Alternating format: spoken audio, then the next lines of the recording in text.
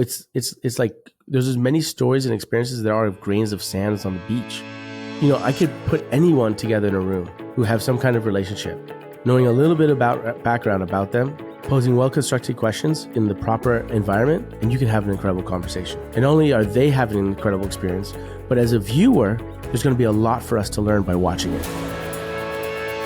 Today, I am excited to welcome Topaz Adizes to the show. Now, listen, folks, this is not our normal Gemba Academy podcast where we have some nice lean discussion and continuous improvement and all this kind of good stuff. Those are fantastic. Obviously, we've had 500 and some episodes of those, but today is a very different one. I truly didn't have much of an idea of what we were going to talk about, but it sounded interesting to me for some reason. And I just let's go for it. Let's try it.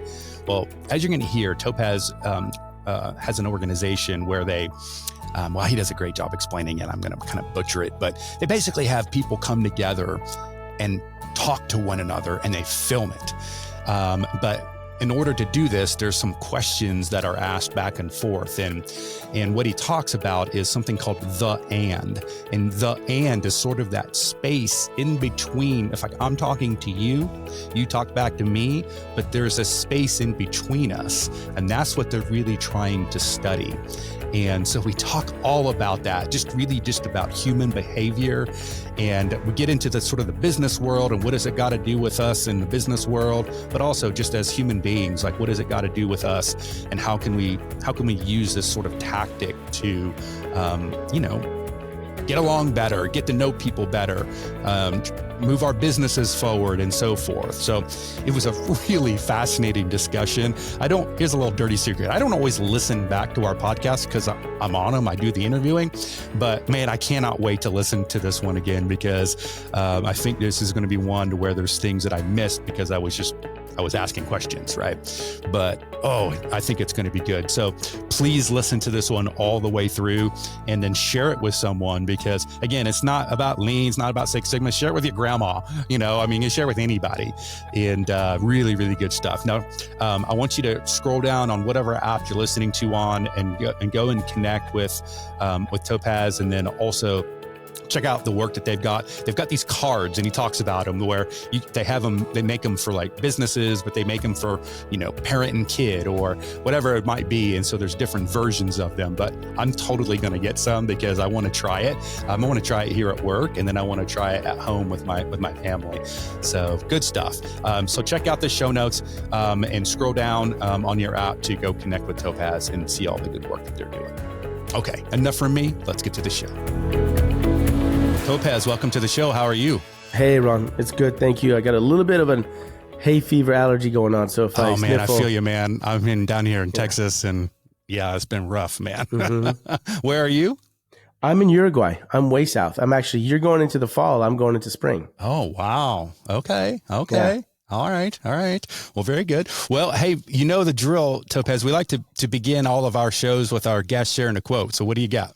I got one of my favorites, and it's actually my book, but it's a driving one for me by a author and psychiatrist named David S. Viscott. And he had a statement that I think resonates for me. It's just that the purpose of life is to find your gift. The work of life is to develop it. And the meaning of life is to give it away. And I think, I think that motivates me a lot. And it reminds me about, every experience you have shapes you into an opportunity to create a gift that you can offer others. Yeah. But, only if you choose to see it that way. Right.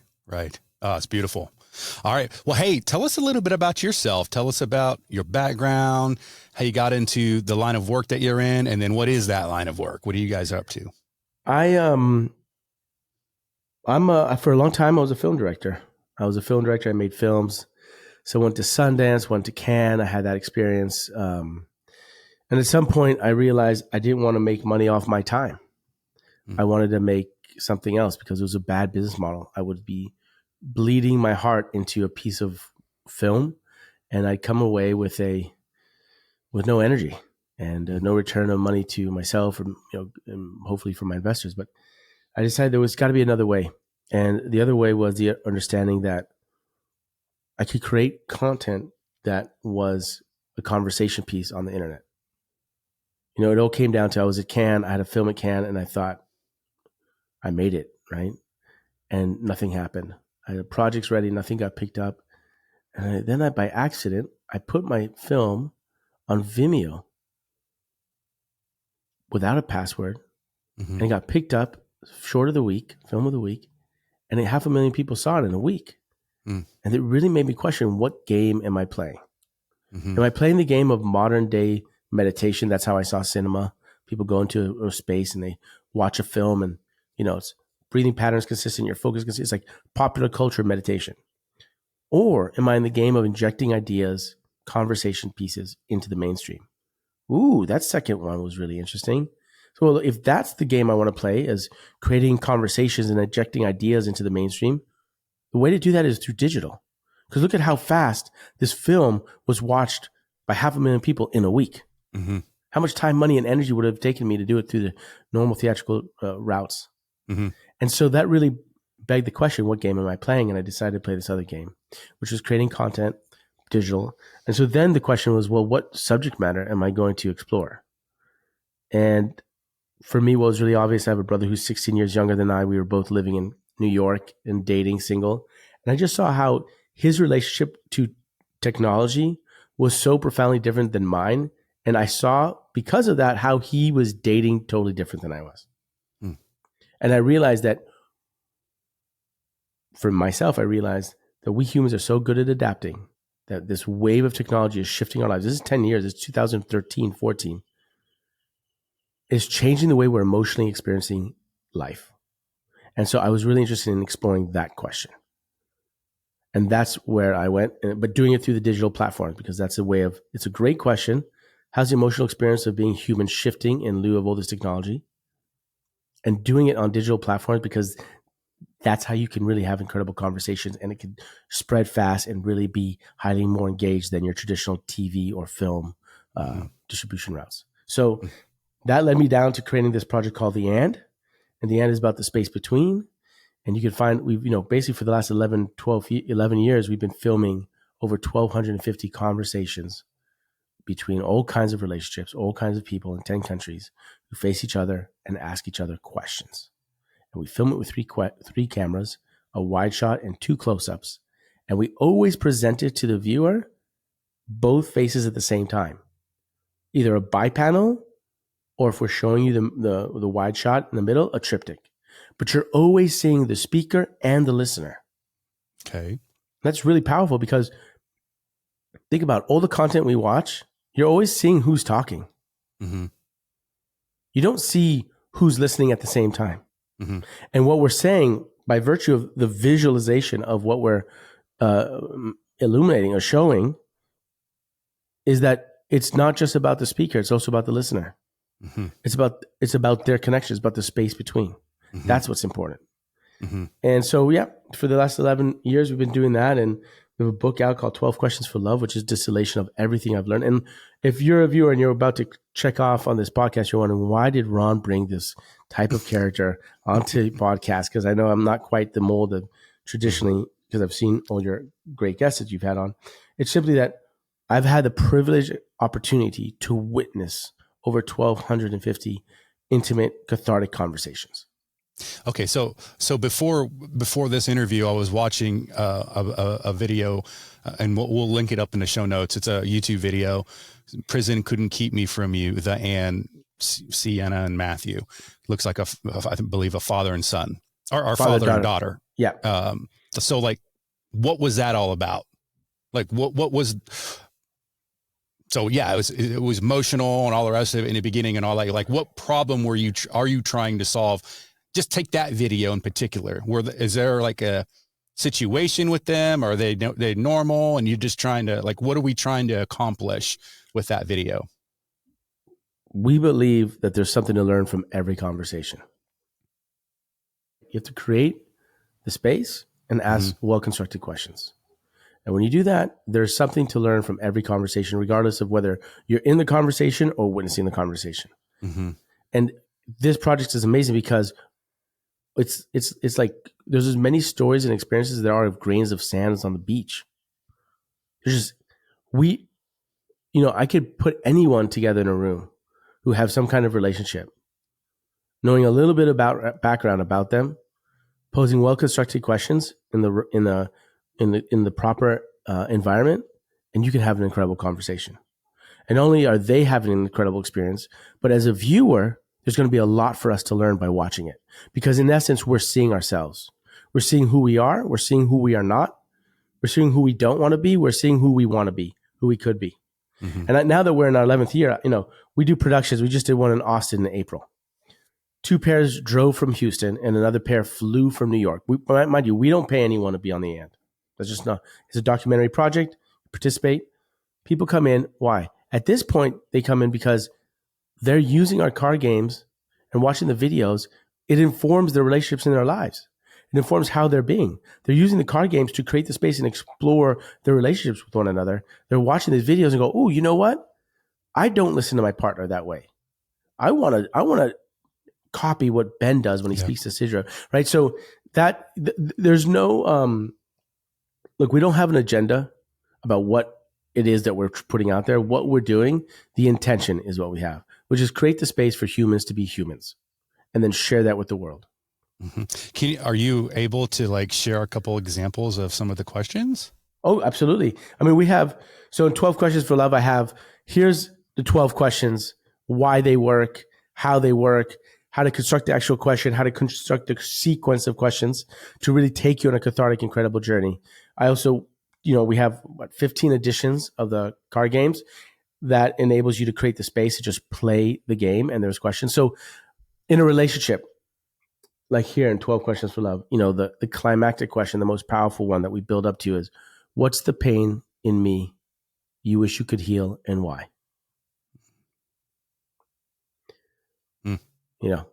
But of course, we don't just start there, right? Mm-hmm. We start more building to that kind of thing. Build to that. Yeah. There's a 5-act structure to the 12 questions. And I did it over 12 questions because generally when we bring people into a production, I have them I give them each 12 questions to ask. And so there's an architecture to that. Right. So person one's going to ask question 1, person 2 ask question 2, back and forth. Back and forth. And then depending, how much time we have, so usually it's about 24 questions or 10 questions, but I just distilled it down. I mean, the structure is the same. The opening is you're going to the past. You're acknowledging what brought us here. It's kind of similar. I was listening to the podcast you had with Bell. Was it Adrian Bell? April Bell. And she kind of said how it becomes so intrinsic that you ask those 4 questions, like, where are we now? Where do you want to go? I don't know what the other questions are, but you're asking yourselves questions, which puts you in a position to shape your answers. Yeah. Right. And that's what I've learned is the power. Everyone is so focused on the answer. That's not where the power is at. The power is in the question.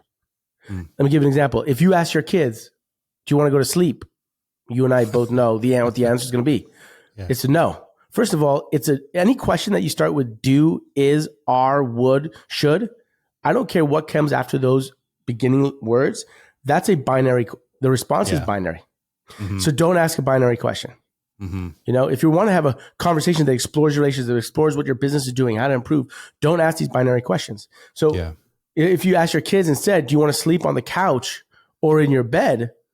The question of whether they go to bed is not an option. The option is on the bed. So the question shapes, just like a race course, the race is shaped by the course it's run on or driven on. So are the answers. Uh-huh. And we too often do not focus on the questions. I was listening to an interview with Elon Musk on Lex Fridman's show, and he said just recently, sometimes we're racing, we find the right answer to the wrong question. What's the point of that? The emphasis is on the question. Do you construct good questions? And that's what we've been privy to learn. One for the coworkers that I like a lot is, what value do we not share with our clients? Because it's not one we often ask. But just asking that question puts us in a position, because our mind is a faithful dog that will chase down any stick you throw. And where you throw the stick is the question you ask. So if you ask a question, what is a value we do not share with our clients? Your mind will do its best to find you the answer. Mm-hmm. Much like if you broke up with a partner and you ask the question, why'd they break up with me? Well, that's not a great stick to throw. That's not a great question to throw. Why? Because that dog, your mind, is going to find a whole litany of reasons why they broke up with you. And how good does that make you feel? How empowered are those answers? They're not. Instead, you say, what am I going to learn from this relationship that I'll carry to the next? Mm-hmm. What lessons did we learn this year that we'll carry next year in our business for greater success? How much does earning money cost us? I like that question because we don't often ask that, right? So we could double click on these things of how to construct quality questions. There's 5 parts to it from the way we do it. We can talk about that. But I mean, I could give you a whole list of questions. You want more, or what would you like? No. I'm curious. Like, you have different sets of questions for different, like you said, a business or for different me and relationships. my wife and me and my kids and exactly. and so forth. I have kids edition, strangers, friends, family, dating. Okay, I got the work edition, right?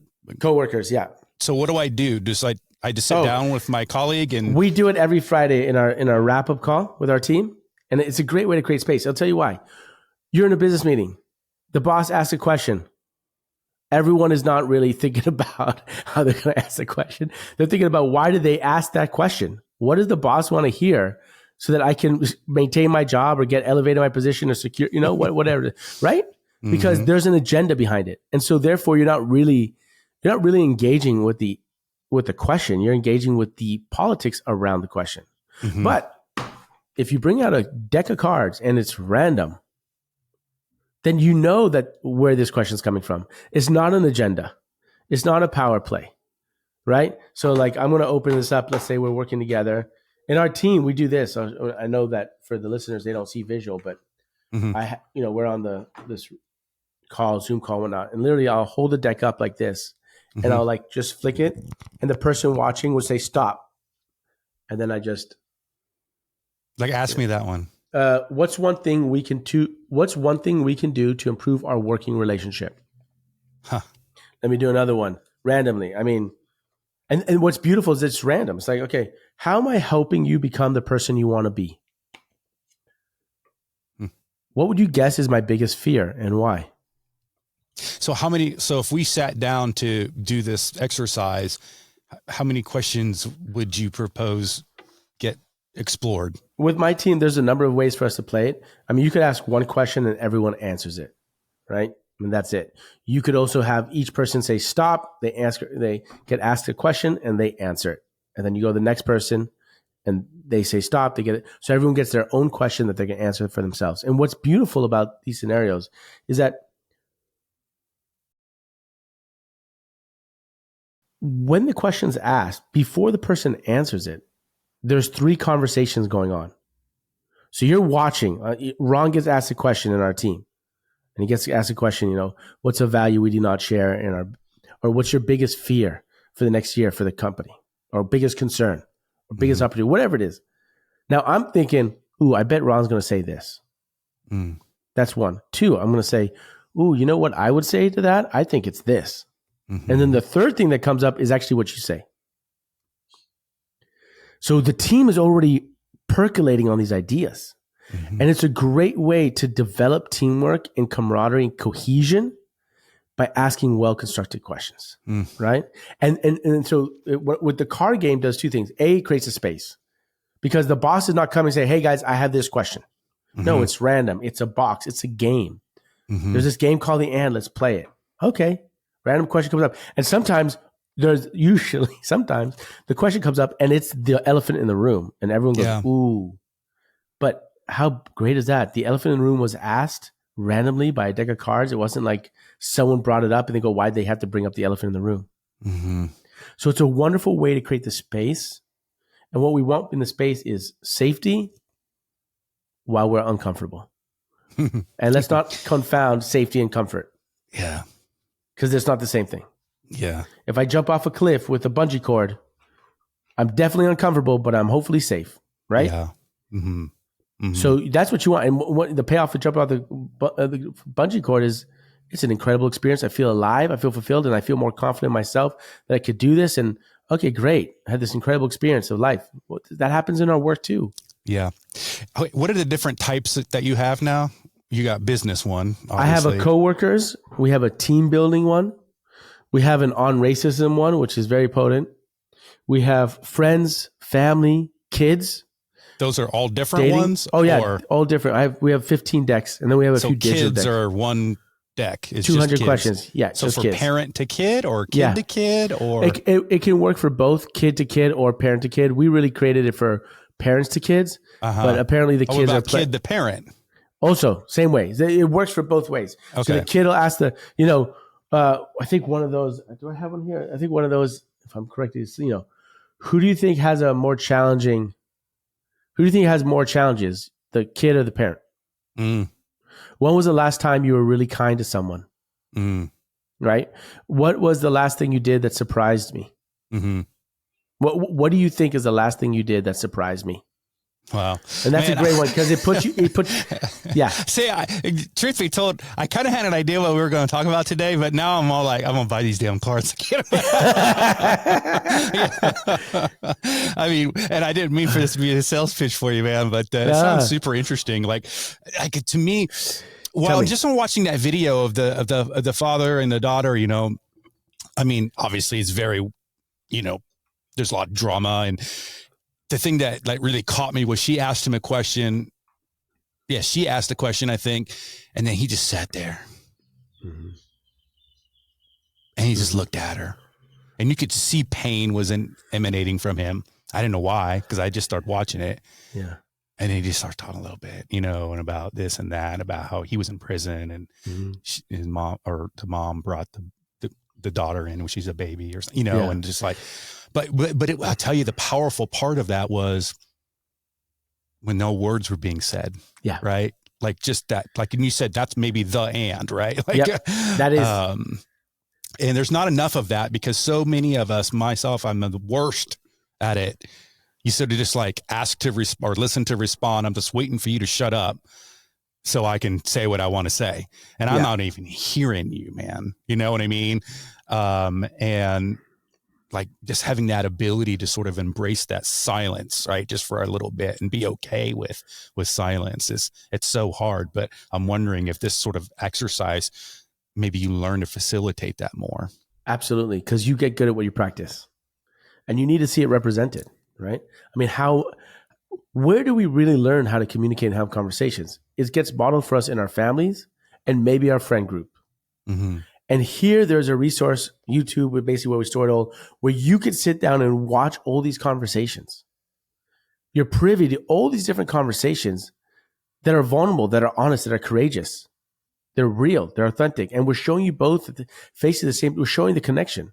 Mm-hmm. And that's just this incredible resource that you have because it then informs, it's inevitable for you to go, wow, okay. I mean, I'll tell you, I watch some of them and like, wow, okay, am I gaslighting my partner? Like this person's gaslighting their partner? Mm-hmm. I don't like that. Maybe I should be more aware of if I do that. Mm-hmm. Ooh, I noticed that he won't start speaking until his partner looks him up and looks him in the eye. Then he'll start speaking. Ooh, that's a great tool. So they know I'm with them. I'm going to copy that. Right? We learn from modeling. We learn from examples. And if you look at all of our content, all our content's talking. There's very little exemplification of listening. And when you see two people's faces, one talking, one listening, or both listening as they're trying to find the words, that's a great example of, hey, there's something here. Mm-hmm. And this is a great way to do it. And I think that, it's like the foods you eat, the media you ingest, it informs, it ultimately gets under your skin and affects the way you see the world and react to the world. And so for us, we see ourselves as a digital dose of humanity. Corner of the internet where there's digital doses of humanity. Okay. So you mentioned humanity. So what's your take on all things AI and well, I think look, it's inevitable. It's like asking if there's a flood coming and you're wondering if a flood is good or bad, it doesn't matter because a flood is coming. So the question isn't, is the flood good or bad? It's like when social media came out, is it good or bad? Yeah. It's regardless. We know it doesn't have, but the question is, what are we doing with it? AI is coming. There's a race for it. We know it's going to shift so much. So the question is, we can't stop that flood. All we can do is direct it slightly. So the question is, how are we utilizing those tools to our benefit? And what does benefit mean? What is the benefit? And I think that the advantage that I see is that in AI, when one node in AI learns something, the whole system learns at the same time. So if one node learns a word in Japanese, then the whole system learns Japanese, and then all the nodes get that upgrade. We humans are not designed like that at all. We're the opposite. You might learn Japanese, I'll never learn Japanese. And because we all have different perspectives and different learning rates and different opinions, we see things from different angles, and that's our advantage.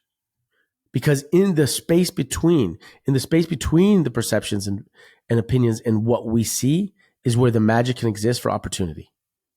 And so the question is, how do you cultivate those differences between us, harness those differences and different opinions to find the opportunities?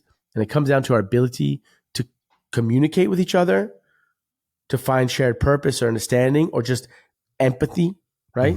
And I know empathy is such an overused word, but I think what that is like you said, it's like you're not listening to respond. You're listening you're listening so that you can see what lands in you from what they've said. And so you're listening with your body and your being, not with your head. Basically, AI is, if you said it simple, it's like it's our brain. It's just a much better brain. But what AI will never have is our hearts. And the heart is where the magic's at. So the question is, how do we cultivate the heart? And like something that comes up for me all the time is, look, I don't believe humanity is in us. I don't believe that humanity is in us. I believe humanity is what's between us.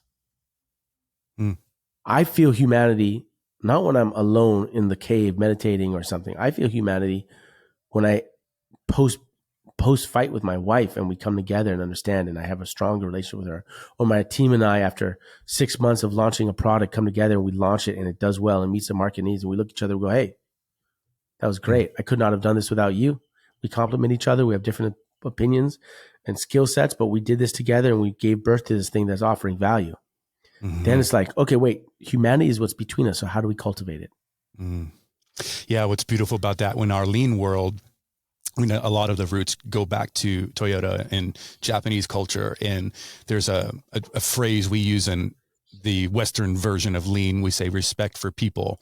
But my business partner, he grew up in Japan, American guy, but he speaks Japanese fluently. He said that, yes, it really poorly translated. American translation, respect for people. He said, really, this Japanese, these terms it's respect for the humanness of people. Or humanity, but really it's more than humanity, it's the humanness. So it's almost to your point of, that's beautiful. It's between us. Yeah, it is, I mean, it really is. Cause you can think I have respect for people. We stand in the circle and sing Kumbaya and all that. No, not necessarily, sometimes, but not always. Yeah. Look, I mean, I often ask myself this, it's like, I'm not sure I like people, myself included. Sometimes I'm upset at myself, but I love it. I love when people work together. I love when you help someone on the side of the road, or someone stops on the side of the road and helps you. What is it about people that you don't like? Including myself. I put myself in that list. Yeah. Like, okay. And I'll just, for myself, sometimes I don't like when I'm short with my son. Yeah. He's a 4-year-old. And why am I telling him to rush? Why am I being so aggressive? Topaz, what's that about? Obviously I gotta, like, jealousy, envy comes up, competition, there's, it's just, the thoughts come up. And I think that's the human, that's the animalness of us. That's part of the nature part of us. We can't deny that. I don't think we should. But the humanity is the elevated portion, and that exists between us. And there's an anchor in us that connects to the other anchor in you. And that's that thread of connection, what I call the space, that's like the humanity. And we always feel it. It was like before the phones came out. Do you remember when you used to get in that cab before Uber came out and the phones? You get in the Uber, you get in a taxi drive. In the 90s and the 80s, you get in the car and you have this incredible conversation with the driver. Yeah. I mean, it still happens, but it's less so because everyone's on their phones. Yeah. And these are two random people who would never meet again, don't know each other, but you share a certain truth. There's some nugget that you came across, a sharing. They shared a story that really touched you. You share a story. You have a conversation. You found common ground and understanding and life experience of two people who are so distant and never met each other, never meeting. And you're like, wow, that was beautiful. Have you had those experiences? Oh, yeah. Yeah. And now we have it less because we have the phone that's reflecting our life experiences that we like lose into. And we don't have those. We don't as much as before. We don't have those opportunities as much as before. Yeah. Right. And, lest we forget it, lest we forget it. Wow. Man, I had no idea what this podcast was going to be about, dude, but this has been so good.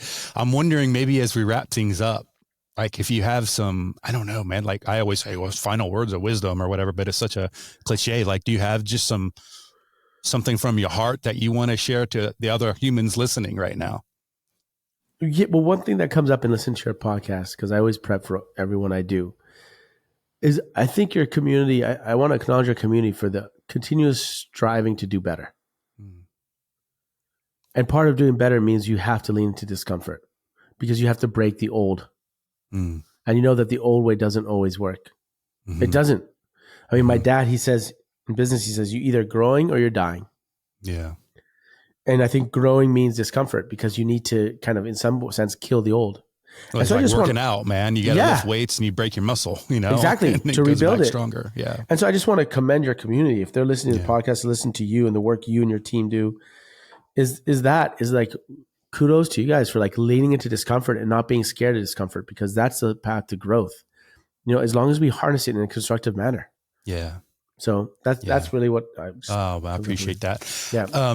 So the video that I was watching, and we're going to link everything up on the show notes down here so nobody has to remember, but the channel that I was on was the Skin Deep. Is that the Skin Deep? So that's your channel? Yeah. So the Skin Deep is let's say it's our experience design studio. The And is our flagship experience product that we have. We also have other products. Is there a channel for that or is it? No, or is everything on Skin Deep? Everything's on the Skin Deep, yeah. Okay, all social media is the Skin Deep. And if you want to buy our card games, are on Amazon or theskindeep.com/shop. And 12 Questions for Love is available everywhere and anywhere you get your books or audiobook or ebook. All right, yeah. And everybody just scroll down on the app, whatever you're listening on. We're going to have it all in the show notes. What about you, like social media, anything like that? Are you on like LinkedIn? I'm on LinkedIn. I have a website, topazadizes.com. Okay. I'm on LinkedIn, but I basically direct everyone to, if they want to get in touch, the best way is through theskindeep.com and contact and direct message on Instagram to the Skin Deep. Okay. Well, yeah, we'll get all the links put up in the show notes and people can go connect accordingly. So, hey man, this has been a lot of fun. I really appreciate it. Oh, absolutely. Really good. Thank you. All right. Appreciate Take care. Take care. Thanks for listening. Whether you've been on the continuous improvement journey for many years, or perhaps you're just getting started, Gemba Academy is here to support you. And while we're best known for our more than 1,500 Lean and Six Sigma teaching and virtual tour videos, we also have a team of experienced Lean and Six Sigma practitioners available for one-on-one coaching, as well as a variety of Lean and Six Sigma certification options.